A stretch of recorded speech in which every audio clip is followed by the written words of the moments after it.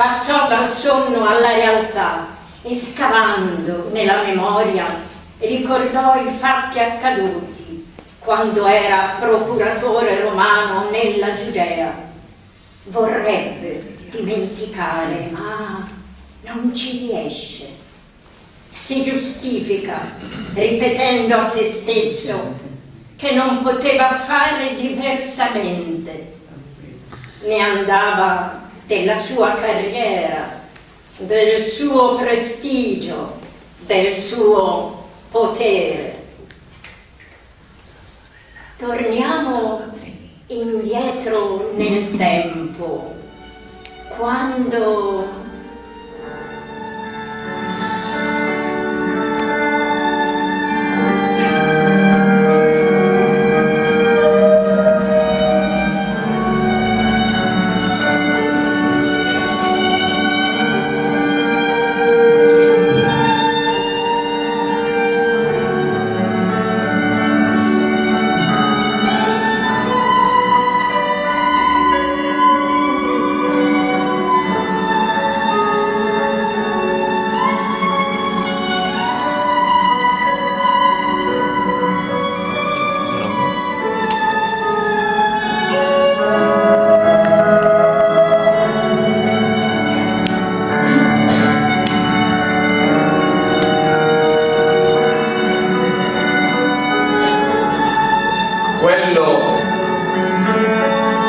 quello che Gesù diceva e predicava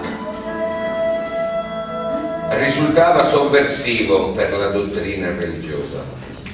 Egli si autodefiniva figlio di Dio e si faceva chiamare maestro.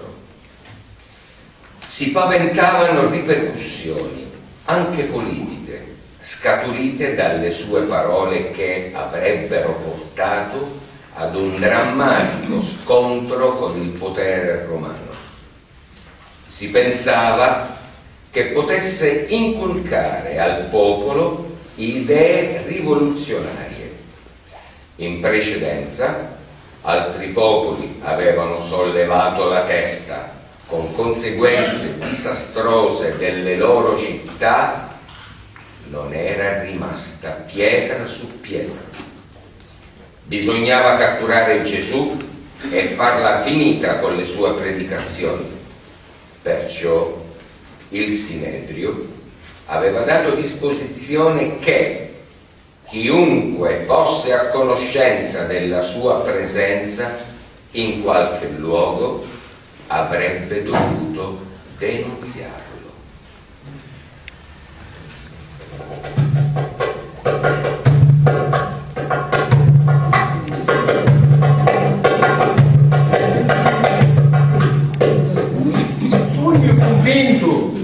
Ebreo ha un potere immenso sopra la volontà e le cuore dell'uomo. Magari che parla a baccaglio, la gente, la scuda. Io sono Giuda e l'hai frequentato per 3 anni. Ma stanotte pensai che non aveva niente a che spartere qui. E lo consegnai alle soldati. Sì, vero è, mi piaceva magari i soldi che mi dettero, ma non lo fece per fare la spia, piuttosto per bene di tutto il popolo di Israele, che lo Nazareno mette in serio pericolo con le sue prediche.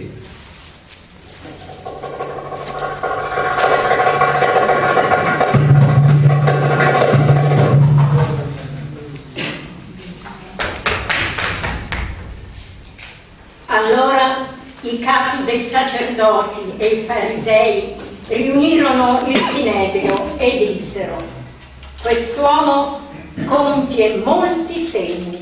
Se lo lasciamo continuare così, tutti crederanno in lui. Verranno i romani e distruggeranno il nostro tempio e la nostra nazione. È conveniente che un solo uomo muoia per il popolo e non vada in rovina la nazione intera.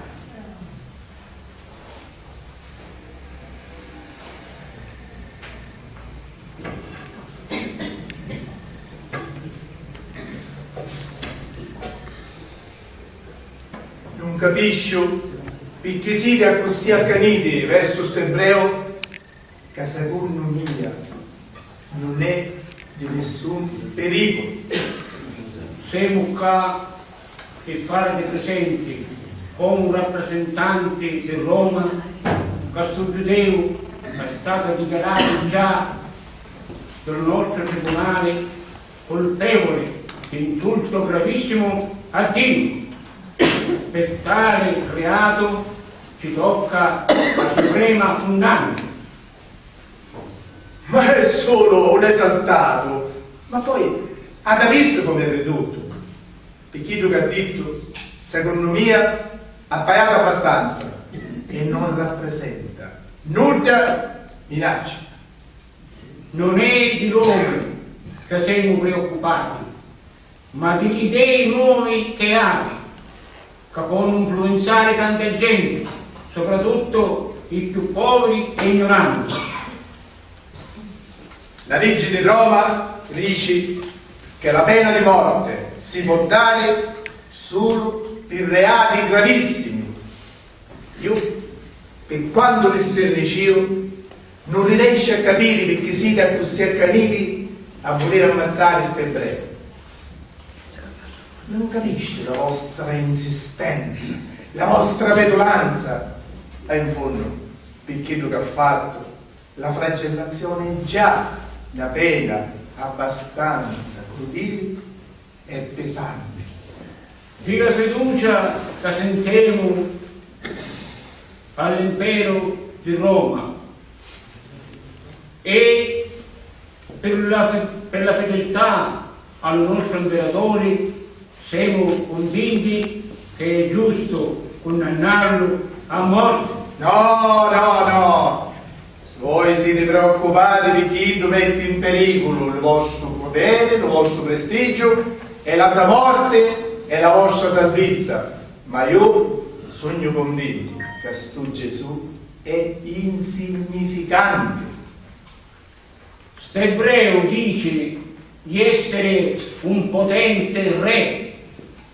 Noi oggi siamo preoccupati per il nostro popolo, ma lo governo a essere ancora più preoccupato, perché chi può pensare, Cesare, se venisse a sapere che la Palestina va girando un re che non ha prestato omaggio all'unico potere e vuole cambiare le regole dell'impero? Certo, l'autorità di Cesare non deve essere messa in discussione per nessuna ragione. E sto miserabile, che è convinto di essere re, non sa manco chi lo capisce. Cesare è l'unico re e non lo si può paragonare a lui. Che ti dicevo io? Sto giudeo è il nemico di Cesare, è un rivale pericoloso dell'impero romano. Questa è una cosa grave e non basta la tua parola. Io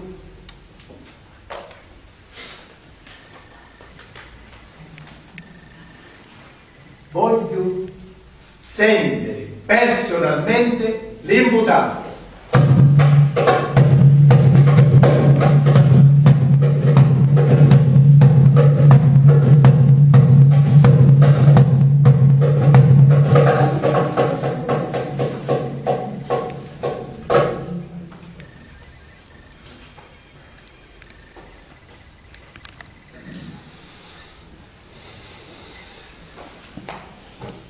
Tu, ma dire tutto quello che c'è detto alla gente e agli sacerdoti. È vero che lo capiscono?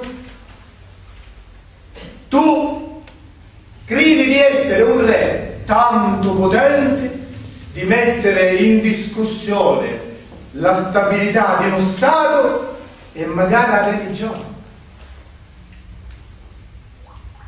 Mio padre vuole che io fossi re e meresse un regno e un potere che nulla può sconfiggere. Lo mio regno non è questa terra, lo mio regno sta dalle cuori e dalle menti di tutto l'uomo. Io vengo a sconfiggere ogni forma di schiavitù e a ridare dignità a ogni persona, a svelire ogni falsità e a fare trionfare la giustizia. Magari tu, Pilato, sei fragile e hai bisogno d'aiuto. Tu mi condanni perché ti ricattano. Tu ti scanti che ti accusano davanti a Cesare. Ti scanti di perdere lo posto di prestigio e la fiducia dell'imperatore. Ma lo Padre mio, re degli re, avrà pietà di Dio, di Cesare e di tutti chi che mi accusano e vogliono a me morte. Pilato, voi oggi provi, bastano sti parole, tanto rivoluzionari e farli decidere a convalidare la sentenza del nostro Sinedrio. Tu dici capire il potere, liberarlo o ammazzarlo, ma non ti accorgi che sei dalle mani questo imbroglione che ti costringono a fare che hanno già deciso. Io, come lo faccio mio, Castancelo, hai compassione per te, perché non tu, ma che te lo consigliamo a te, sono fedele, coltello. Io sono convinto che sto innocente, sì, è visionario, ma non è malvagio. Ma non permetto a Guauci di approfittare di questa situazione per creare una rottura di rapporti fra Mia e Cesare. E quando mi sfinisci, non riesco a capire sto telefonino.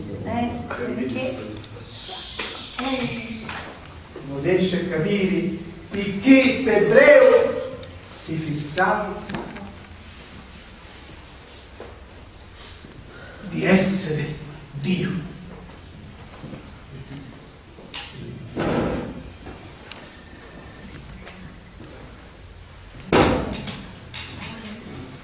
Secondo il diritto romano, l'affermazione della regalità di Gesù rappresentava un reato di lesa maestà e implicava la condanna a morte. Ma Pilato non trovò colpa in Gesù e tentò in vari modi di salvarlo dalla morte. Dapprima lo inviò a Erode Antipa, quindi cercò di liberarlo con la scusa del cosiddetto privilegio pasquale, che portò però alla liberazione non di Gesù ma di Barabba. Poi, in alternativa alla condanna capitale, ne ordinò la flagellazione.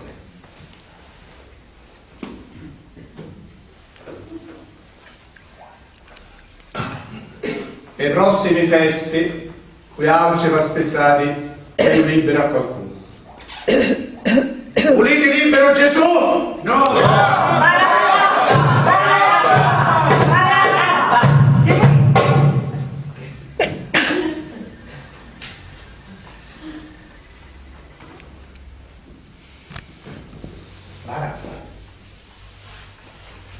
e lo consiglio, ma non mi sento responsabile di sto sangue innocente, perché siete voi oggi assetati di poteri che ha aizzato sto popolo, e quindi non ho la responsabilità di sta sentenza di morte che è solo vostra e di sta forza che avete aizzato. Io vi lavo in mano di sto sangue innocente che viene a cascare tutto sopra i vostri testi.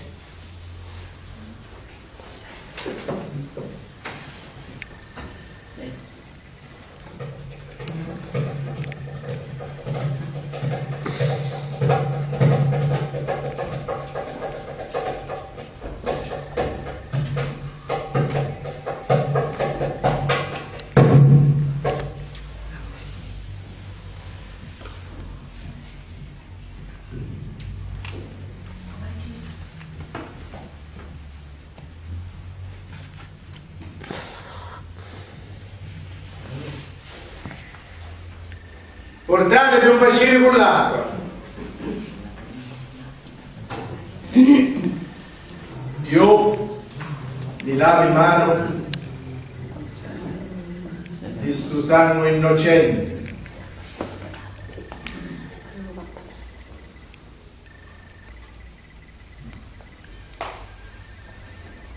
La situazione è chiara. Pilato, in fondo, è solo un delegato dell'impero romano e il Sinedrio che gli ha consegnato Gesù lo costringe a condannarlo sotto minaccia di ricorrere all'imperatore del quale egli è solo un dipendente.